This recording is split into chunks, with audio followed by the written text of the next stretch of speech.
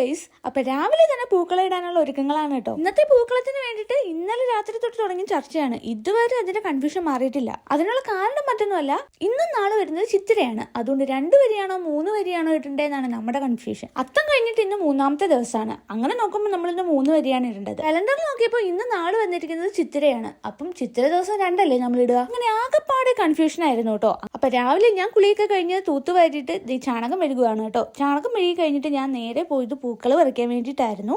വരികൾ എത്ര എണ്ണം ഇടണമെന്ന് മാത്രമല്ല, ഇന്ന് ഏതൊക്കെ പൂക്കൾ ഇടണമെന്ന് നമുക്ക് കൺഫ്യൂഷൻ ഉണ്ടായിരുന്നു കേട്ടോ. കാരണം നാളെ നമ്മൾ ചുവന്ന പൂക്കൾ ഇടുന്നത്. അപ്പൊ ഇന്ന് ചുവന്ന പൂക്കൾ ഇടണോ വേണ്ടയോ എന്നുള്ള കൺഫ്യൂഷനും ഉണ്ടായിരുന്നു. പക്ഷെ ചിത്തിര നാളായതുകൊണ്ട് ഞാൻ ചുവന്ന പൂക്കൾ ഒഴിവാക്കിയിട്ടുണ്ട് കേട്ടോ. അങ്ങനെ പൂക്കളൊക്കെ പറിച്ചെടുത്തിട്ട് വന്നിട്ടുണ്ട്. ഇനി നമുക്ക് നിലവിളക്കൊക്കെ കൊളുത്തി വെക്കാം. ഒരു തുളസിക്കതിരി ഞാൻ ആദ്യം തന്നെ തൃക്കക്കരപ്പിന് ചൂടിച്ചു കൊടുത്തിട്ടുണ്ടേ. 1ാമത്തെ വരിയായിട്ട് ഞാൻ ഇട്ട് കൊടുത്തിരിക്കുന്നത് കമ്മൽപ്പൂവാണ് കേട്ടോ. നമ്മുടെ വീട്ടിൽ എങ്ങോട്ട് തിരിഞ്ഞാലും കമ്മൽപ്പൂവാണ് കേട്ടോ. അതുകൊണ്ട് തന്നെ പിഴുത് കളയാണ് ചെയ്യാറ്. പക്ഷെ ഇനിയിപ്പോൾ വരികൾ കൂടുന്തോറും അതിന്റെ ഡിമാൻഡും കൂടും. അങ്ങനെ ഫസ്റ്റ് ലൈൻ കമ്മൽപ്പൂ വെച്ച് കംപ്ലീറ്റ് ആക്കിയിട്ടുണ്ട്. ഇനി 2ാമത്തെ വരിയായിട്ട് ചുവന്ന തുളസിയുടെ ഇലയും കാശിത്തെറ്റിപ്പൂവാണ് കേട്ടോ വെച്ചു കൊടുത്തിരിക്കുന്നത്. തുളസിയില ഇടയ്ക്കിടയ്ക്ക് വെച്ചു കൊടുത്തു. അതിന്റെ ഇടയ്ക്ക് കാശിത്തെറ്റിപ്പൂവും വെച്ചു കൊടുത്തിട്ടുണ്ട്. ഇതുവരെ എന്റെ തീരുമാനം 2 വരി ഇടാന്നായിരുന്നു കേട്ടോ. അങ്ങനെ ചിത്തിര നാളിന്റെ പൂക്കളം കംപ്ലീറ്റ് ആയിട്ടുണ്ട്. എന്നിട്ട് എനിക്കൊരു തൃപ്തി വരാത്ത കാരണം ഞാൻ എല്ലാവരോടും പോയി ചോദിച്ചപ്പോൾ എല്ലാവരും പറഞ്ഞു, നിനക്ക് സമാധാനം ഇല്ലെങ്കിൽ നീ 3 വരി ഇട്ടോ, ഒരു പ്രശ്നമില്ലാന്ന്. അങ്ങനെ ഞാൻ എന്റെ പൂക്കളം 3 വരി ആയിട്ടുണ്ട്.